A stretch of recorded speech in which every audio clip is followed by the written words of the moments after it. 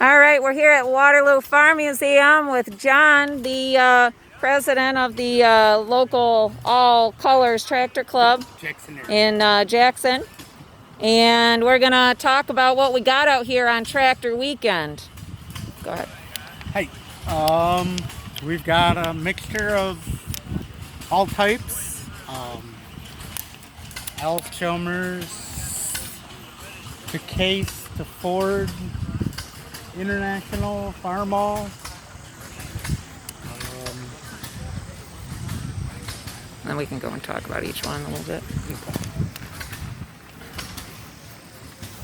Guess we can start here with the CA. This one belongs to a member of our Jackson Area Tractor Club. This one has actually been across the Mighty Mac twice. Unfortunately, this year it was canceled, the big tractor drive across the bridge.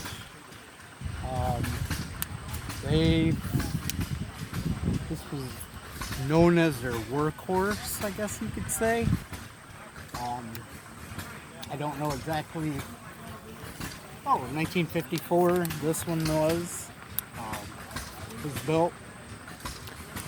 I'm definitely partial to this one because we got one of these at home that was my great-grandfather's, so I'm partial to that model, but we don't have to. We can move on to the next tractor if you want. We have a WD 45 in we'll call it the original clothes. Hence the rust. I do know for a fact, because I just bought one of these, this pump right here is the power steering pump. This is a factory power steering model. Very rare, very hard to find. Big money there. Triples the price of the tractor value. Oh, wow. So, through doing research on mine, that's you know that, how we know that. How to get a green seat? I don't know. I wonder what he did do. Right. I know the owner owns both of them. He was home to drop tractors off and left for the day, but yeah. Oh, okay. So the owner's not here today. Yeah. All right, that's fine. He did say he would be back tomorrow, but very good. All right, let's head over here. We got a lot of orange. I guess it's the orange corner over here. Yep. That's where we're at. We're at the Waterloo Farm Museum right now, Saturday and Sunday until 5 o'clock. Come on out and see us. See all the tractors and all the other stuff we got out here. Yep, this one's set up. They're set up for pulling with the weight bracket. This would be it's probably a stock motor, but set up for pulling. Both of them the way it looks. Very cool. This one's WD 1949. Very nicely restored. Oh, yeah, I know for sure that one's set up for pulling. Yeah. I know, Roger. That's for pulling. Yeah. And then the weight brackets, they move the weights around so you can get into different weight classes. They add weights, take weights away as they're pulling. Oh, that's what those are right there. That's what these are. As they're pulling too, they try to balance them so most of your torque's not on the rear wheels. Right. That's pretty cool. I hadn't seen that before actually, so that's pretty cool. All right, another WD over here. I got one of these at home. This one's set up also for pulling, or in the works for pulling. Right. Very cool.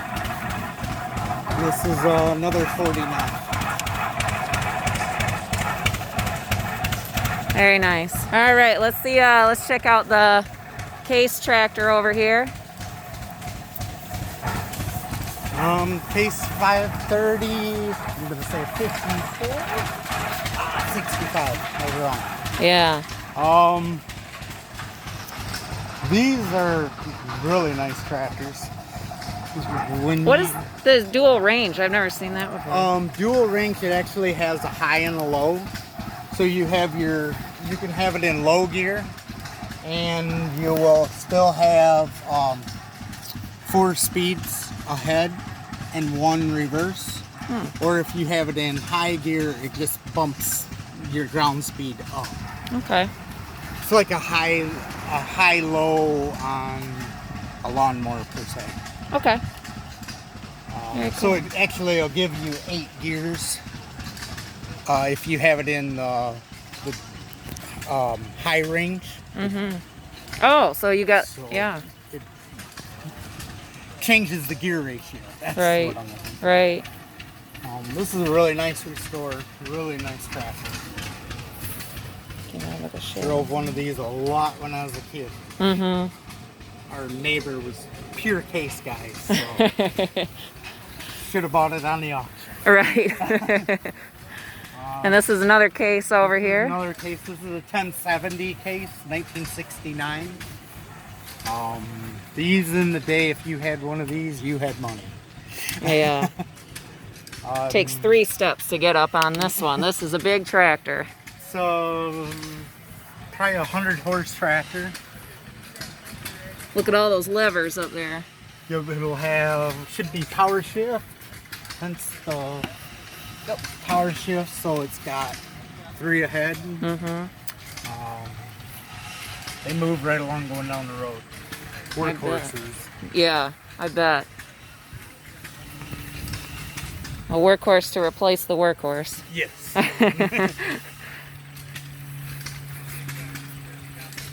Diesel Very tractor. cool.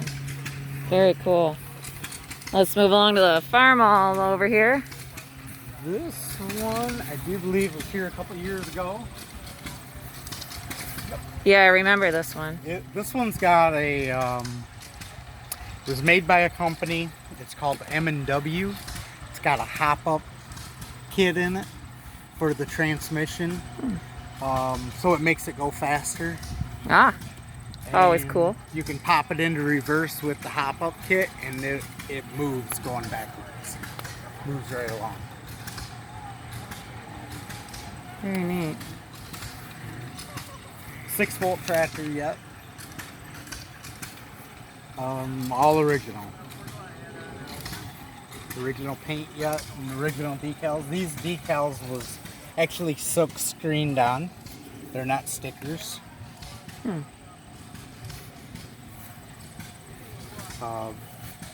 Farmall and John Deere did that.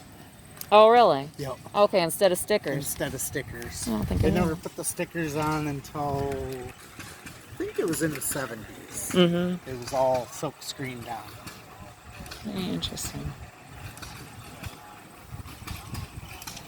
All right. Got some smaller machines over here as well. Nope, and I talked to the gentleman with the Yamaha in the back. There's only four years those was made. Oh, really? And he drug that one out of a scrapyard. It was headed for the shredder. What year is that now, I wonder? 88, 1988. And this one he bought, he got it given to him. It wouldn't start, and he put a push button starter on it and got it to start. Oh, cool.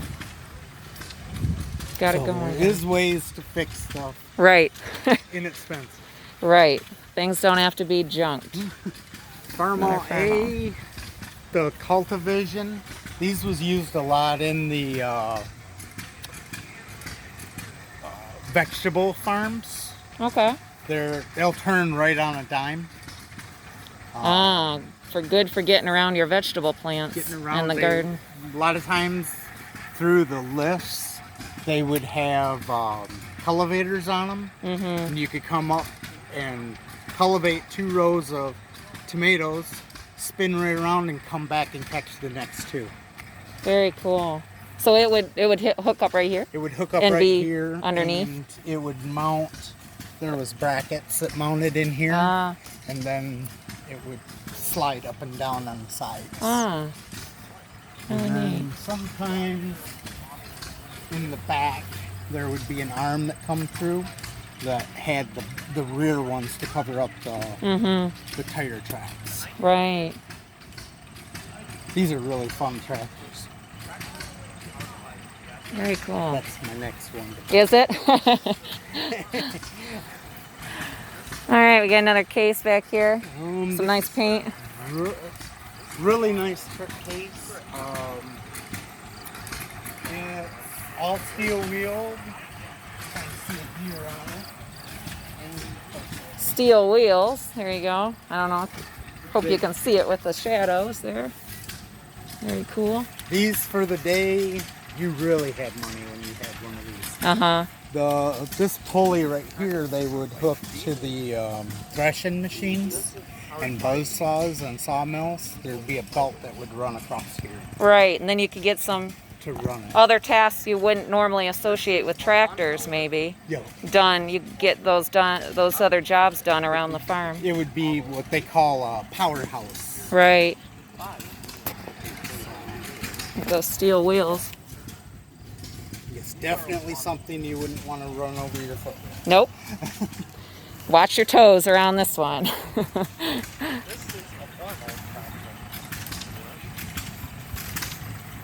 Very cool. What's this? I'm not familiar with this. Seeing stuff like this. Is it might start on gas and then run on kerosene.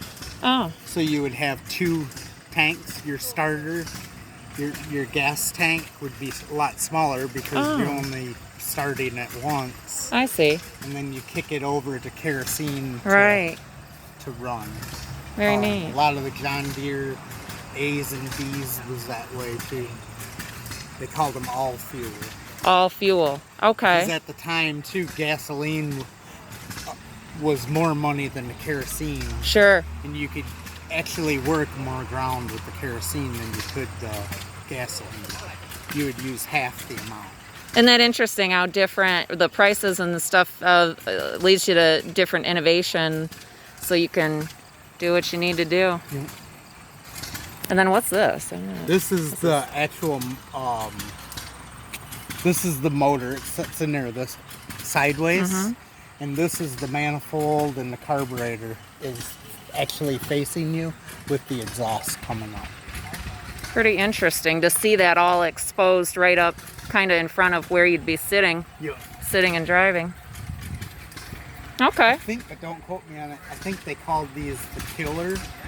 The killer? The killer, because when these would blow, everything come back to the, Oh my gosh. to the operator. How were the sales if you call your tractor the killer? I guess if you needed it. Right. If you needed it. Chance. Yep. A lot of people too, that they'd have like 5 and 6 neighbors all go together to buy it. Oh. Because at the time, This would have been a it was pricey big machine. money. Yeah. Yeah. You can see why it's pretty impressive. Very cool. All right. Let's head over here. Farmall Super M. This one was, most of them was built in Chicago, Illinois. This one was built in Louisville, Kentucky. I talked to the gentleman who brought it in this morning. That's a rarity within itself. Louisville, they only built them like 3 years there. Oh. And then they changed over, so different characteristics like that make the tractor work more. Right. And this is, again, is the silk screen. This one you can kind of see a little bit better where it's flaking and that. Very interesting. Got our tool bin down there and on the side, like a lot of tractors, and keep your tools handy while you're out in the field. And this is also got the belt pulley where you could run. Most of these ran buzz saws. Like International or Farmall made an actual front mount buzz saw. Very cool. Wow. And then that would tie up with pins, and then you'd put your belt on and drop it down, and that was the brake. So when you wanted to quit buzz sawing, you just pulled your pins and picked it up and put your pins back in, and the belt wouldn't run. A lot of people lost fingers doing that. I can imagine. Farming is dangerous. Yes, it is. Yes, it is. So that's a good example why. Yep. All right. Lots of cool examples. The Super M. They Oh, made yeah. an M and a Super M. The Super M has a torque amplifier. Oh, okay. I So was that's going like to a ask high because low. I didn't know what that meant. That's a 1953 1953. Super M. There's a lever. This is lever. And then it also had the front hydraulics on it, on the Super M's.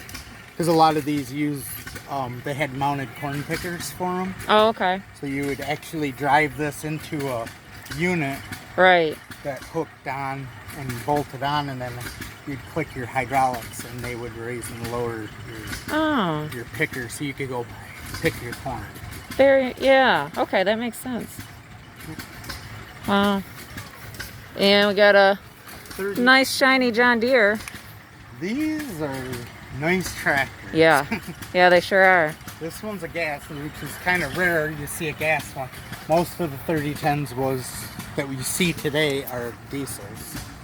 Let's see if my sunlight isn't blocking my view of things here. They're I think they're like 70 horsepower for if nothing's been done to the motor. Wow. If it hasn't been modified. If it hasn't been Yeah. modified. But a lot of times if they need an overhaul, you'll put bigger pistons in because sometimes to get the parts for the right size parts, it's too expensive. You can get oversized cheaper. Yeah. What year is this one? I wonder. This would be about like 60. 1961. Okay. Really looks good. This is the carburetor and the manifold. These are still holding their value today, probably $5,000 to $6,000. Wow. I bid it on one on an auction, got out at $5,000 and lost it for another $1,000. Wow. In the day when you would buy one new, there was about $5,000. Sure. This says it all. Yep. John Deere's hold their value on all. They their- sure do. They sure do. Hey, whoever said tractors were not a good investment? He who dies with the most wins. Yeah. Yeah. Right. 1486. This is the Cadillac when they came out. Yeah. This is gorgeous. This one, whoever owns it has done a lot of nice work to it. Yeah. It is a diesel motor. It's about 150 horse tractor. Very nice. This is a really nice restore too. Yeah. It's just perfect. This is like this one originally, this all would have been silk screen. Right. Where this is the stainless. So the difference in Yeah. Really beautiful. International Turbo, 1975.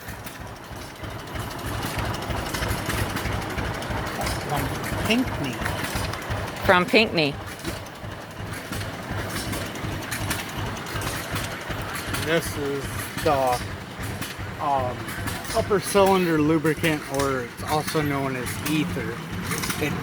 It's an assist to get it to start. Oh, There's so much compression in the motor where it needs a little boost. boost. Pretty cool. And then on diesels too, a lot of them will have this plug hanging down. That's for in the winter. You can plug it in as a block heater and it warms Sure. up the water to get that motor to be able to turn over. Very cool.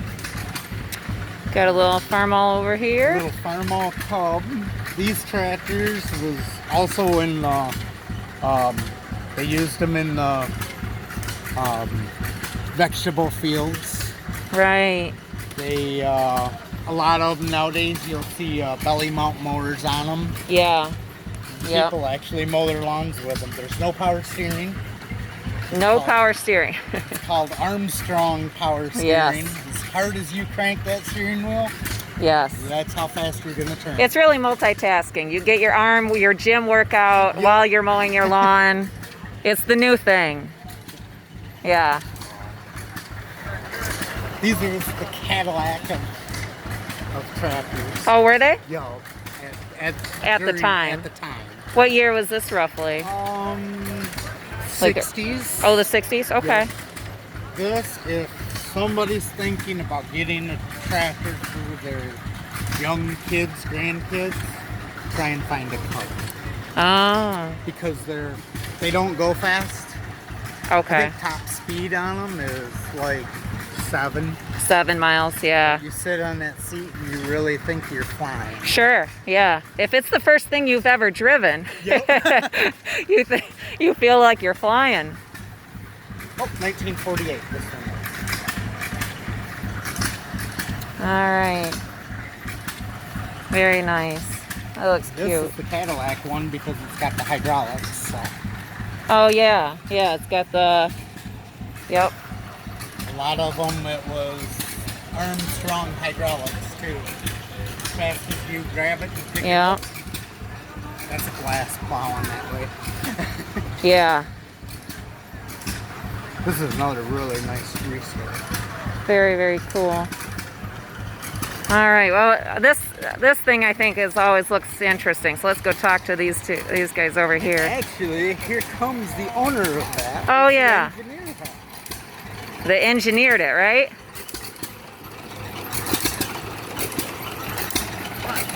Mr. Bob.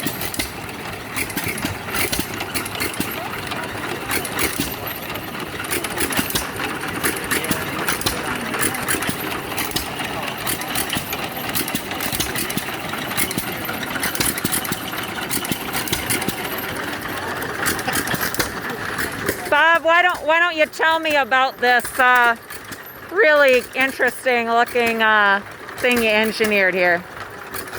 Well, all this equipment spent its working life in the Grass Lake area. Yeah. Both engines, one run a orchard sprayer, the other one a milker pump. The fan is the hay drying, part of the hay drying system. We had at one time. Oh, for drying hay. Yeah. Oh, okay. That's cool. The water pump is the piston water pump made Yeah. in Lansing. Okay. That's this right here. Yeah. From 1925? Oh, that's your pump. The engine, Yeah. I don't know what the pump is called. Yeah. And it's working, pumping water.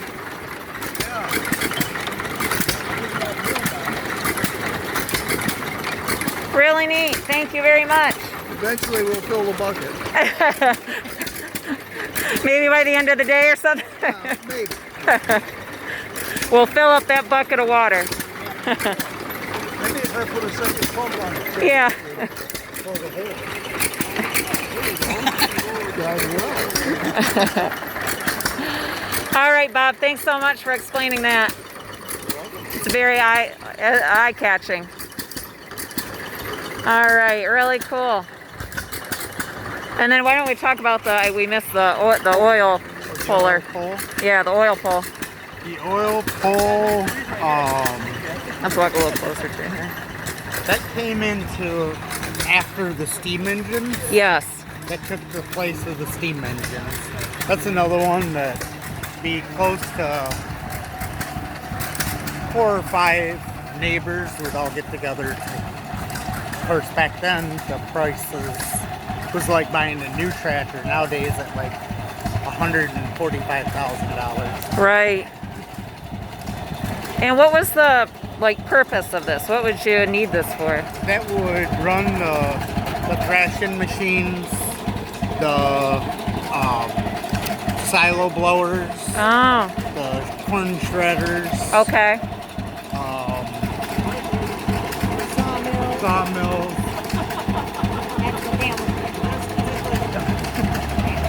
So really cool. That's a 1923 Rumley oil pull.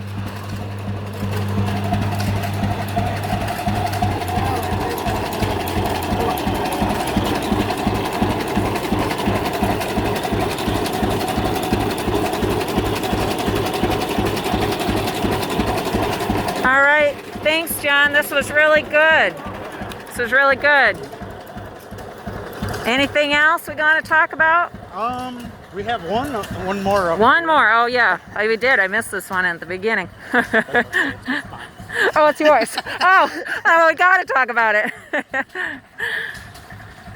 This is a 1941 Ford 8N.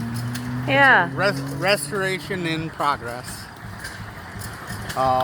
It went across the Mackinac Bridge last year.